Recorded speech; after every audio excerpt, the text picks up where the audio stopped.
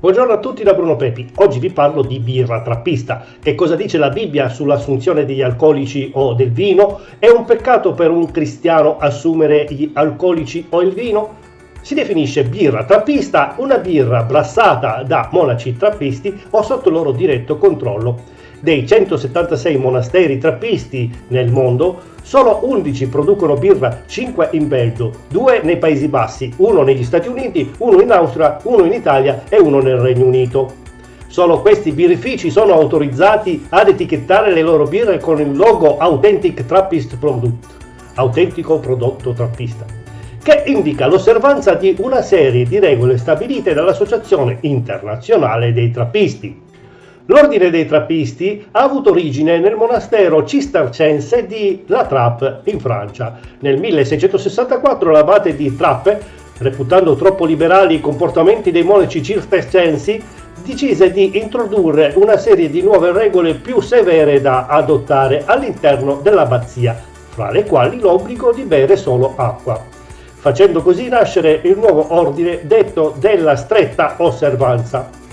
Col passare del tempo però le regole sono andate rilassandosi e nel XIX secolo in numerosi monasteri francesi che seguivano la stretta osservanza veniva prodotta birra. I trappisti erano solo uno fra i tanti ordini monastici a produrre birra per finanziare il proprio sostentamento, ma erano sicuramente fra i più attivi. C'erano almeno 6 birrerie trappiste in Francia, 6 in Belgio, 2 nei Paesi Bassi, una in Germania, una in Austria e probabilmente anche in altri paesi. In seguito alla rivoluzione francese e alle guerre mondiali però la maggior parte di questi monasteri andò distrutta. Nonostante ciò la popolarità delle birre trappiste continuò a crescere, tanto che numerose birrerie non autorizzate cercarono di sfruttare commercialmente il logo, obbligando i monaci a prendere provvedimenti e a far nascere l'Associazione Trappista Internazionale. Nel 1997 8 abbazie trappiste, 6 del Belgio, Orval, abbazia di Notre-Dame de Scorchmut, Rovestalen, Rochefort, Westmalle e Axel, una olandese Koning-Goscheven e una tedesca Mariwald, fondarono l'associazione internazionale trappista AIT, International Trappist Association, per prevenire l'uso improprio del marchio trappista da parte di compagnie commerciali non autorizzate. Questa associazione creò il logo Authentic Trappist Product, che può essere assegnato a vari prodotti, formaggio, birra, vino, eccetera, che rispettino precisi criteri di produzione. Per le birre i criteri sono i seguenti. La birra deve essere prodotta all'interno delle mura di un'abbazia trappista, da parte di monaci trappisti o sotto il loro diretto controllo. La produzione, la scelta dei processi produttivi e l'orientamento commerciale devono dipendere dalla comunità monastica. I ricavi della produzione di birra devono essere diretti al sostentamento dei monaci o al pagamento degli stipendi di eventuali laici che lavorino alle dipendenze del birrificio presente nel monastero e alla beneficenza, ma non al profitto. L'associazione ha valore legale e il logo serve a dare precise garanzie al consumatore sul prodotto offerto e sulla sua fabbricazione. Nel 2012 anche l'abbazia di Engesselzell in Austria ha iniziato la produzione di birra e ha ottenuto il logo di Authentic Trappist Product. Dal giugno 2013 è stata autorizzata l'abbazia Maria Tunders, Paesi Bassi, a produrre birra con il logo Authentic Trappist Product. E dall'ottobre 2013 è stata inserita anche un'abbazia statunitense, la prima ufficiale fuori dall'Europa, la St. Joseph's Abbey of Spencer nel Massachusetts, nell'elenco delle birrerie trappiste. Produce birra con il marchio Spencer Brewing CO. Nel 2015 all'elenco si è aggiunta l'abbazia delle Tre Fontane a Roma, in Italia. Il 17 settembre 2018 ottiene il logo Authentic Trappist Product anche il Mount St. Bernard Abbey nel Leicestershire, che produce la Teeny Meadow, diventando il primo birrificio trappista del Regno Unito. Il monastero tedesco di Mariwald ha chiuso da settembre 2018, non produceva più birra dal 1953, ma usava il marchio trappista per altri prodotti. Dalla fine del 2020 Brewery e Asher Cruise non può più riportare il logo la birra trappista, poiché gli ultimi due monaci di Asher si sono uniti alla comunità di Westmalle nell'estate precedente. La birra continua a essere comunque prodotta. Al 2021 sono in tutto 11 i birrifici autorizzati a etichettare le proprie birre con il suddetto logo Bières de Chimay, prodotta nell'abbazia di Notre-Dame de Cormont, Brasserie d'Orval. Fra il 1999 e ottobre 2005 alla birreria olandese de Koninginhoven fu revocata l'autorizzazione all'utilizzo del logo a causa di un accordo commerciale con un grande gruppo industriale Bavaria. A partire dal 16 giugno 2011 l'abbazia di Notre-Dame de Cormont, Belgio, ha iniziato la produzione della birra Mont des Cats per conto dei monaci trappisti dell'anonima abbazia francese, che, non producendo in proprio, non può essere considerata una birreria trappista. Secondo la ITA stessa, la Mont des Cats è comunque da considerarsi a tutti gli effetti una birra trappistica, anche se non può fregiarsi del relativo logo poiché commercializzata da un monastero che non è il produttore. La dizione generica di birra dell'abbazia si utilizza per birre che si richiamano nello stile o nella presentazione ai prodotti monastici o che sono prodotte da birrifici commerciali con o senza accordi o connessioni con monasteri esistenti o estinti, o da monasteri non trappisti. Non rispettando i criteri sopra elencati, non sono pertanto riconosciute dall'Associazione Trappista Internazionale e non vanno quindi confuse con le birre trappiste. Ma che cosa dice la Bibbia sull'assunzione degli alcolici o del vino? È peccato per un cristiano assumere alcolici o il vino?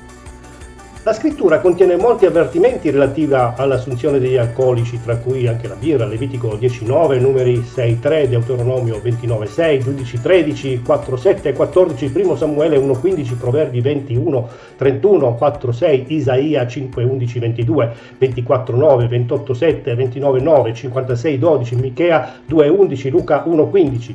Tuttavia, la scrittura non proibisce necessariamente a un cristiano di bere la birra o il vino o un'altra bevanda che contenga alcol.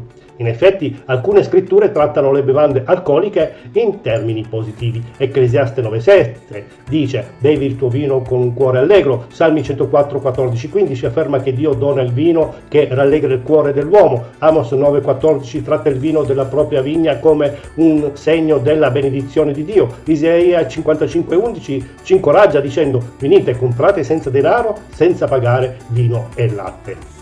Ciò che Dio comanda ai cristiani riguardo alle bevande alcoliche è di non ubriacarsi, Efesini 5,18.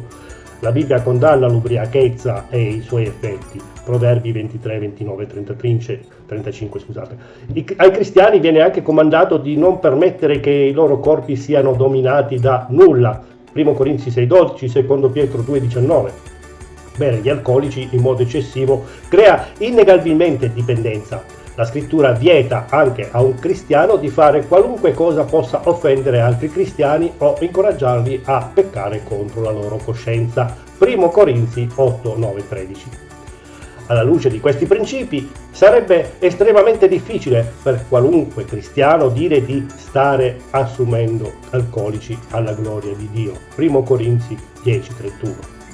Gesù cambiò l'acqua in vino. Sembra anche che occasionalmente Gesù abbia bevuto vino, Giovanni 2,11, Matteo 29, 26, 29. Ai tempi del Nuovo Testamento l'acqua non era molto pulita. Senza le attuali misure igieniche spesso l'acqua era piena di batteri, di virus e di tutti i generi di agenti inquinanti. Succede lo stesso in molti paesi del terzo mondo di oggi. Ecco perché spesso le persone bevevano il vino o il succo d'uva, perché era assai più improbabile che fosse contaminato. In 1 Timoteo 5,23 Paolo consiglia a Timoteo di smettere di bere acqua che probabilmente gli stava provocando i suoi problemi, invitandolo invece a bere del vino. A quei tempi il vino era fermentato, conteneva alcol. ma non necessariamente fino al punto in cui lo è oggi. È sbagliato dire che fosse succo d'uva, ma è anche sbagliato affermare che fosse identico al vino comunemente in uso oggi. Lo ripeto, la scrittura non proibisce necessariamente ai cristiani di bere birra, vino o un'altra bevanda che contenga alcol. L'alcol non è di per sé stesso contaminato dal peccato. È piuttosto dall'ubriachezza e dalla dipendenza dall'alcol che un cristiano deve assolutamente astenersi. Efesini 5,18,1, 1 Corinzi 6,12. Gli alcolici consumati in piccole quantità non sono né nocivi né provocano dipendenza. In effetti, alcuni medici consigliano di assumere piccole quantità di vino rosso per i suoi effetti salutari, specialmente sul cuore. Per un cristiano, il consumo di piccole quantità di alcolici è una questione di libertà di coscienza. L'ubriachezza e la dipendenza sono peccato. Tuttavia, considerando gli avvertimenti biblici sull'alcol e i suoi effetti, considerando la facile tentazione al consumo eccessivo degli alcolici e la possibilità di offendere o far cadere gli altri solitamente, è meglio che un cristiano si astenga del tutto dall'assumere alcolici. Bene, grazie a tutti per averlo seguito, tante benedizioni e spero che il video vi sia piaciuto e di essere stato abbastanza chiaro ed utile soprattutto. Se avete domande o suggerimenti scrivetemi anche sulla mia pagina Facebook di Chiesa Cristiana Evangelica d'Italia. Iscrivetevi anche sul mio canale YouTube, mi trovate col mio nome Bruno Pepi o Chiesa Cristiana Evangelica d'Italia, oppure nel nuovo canale dei Salmi, oppure nel canale della Bibbia Antico e Nuovo Testamento, dove potrete trovare tutti i video precedenti sia nella serie del Vecchio Testamento che del Nuovo Testamento con i vari personaggi biblici. Se volete fare una dotazione per far crescere questo canale YouTube o donare la vostra decima a Chiesa Cristiana Evangelica d'Italia, cliccate sul link di PayPal o copiatelo. Bene, iscrivetevi e mettete like. Arrivederci da Bruno Pepi al prossimo video. Mi raccomando, non bevete tanto.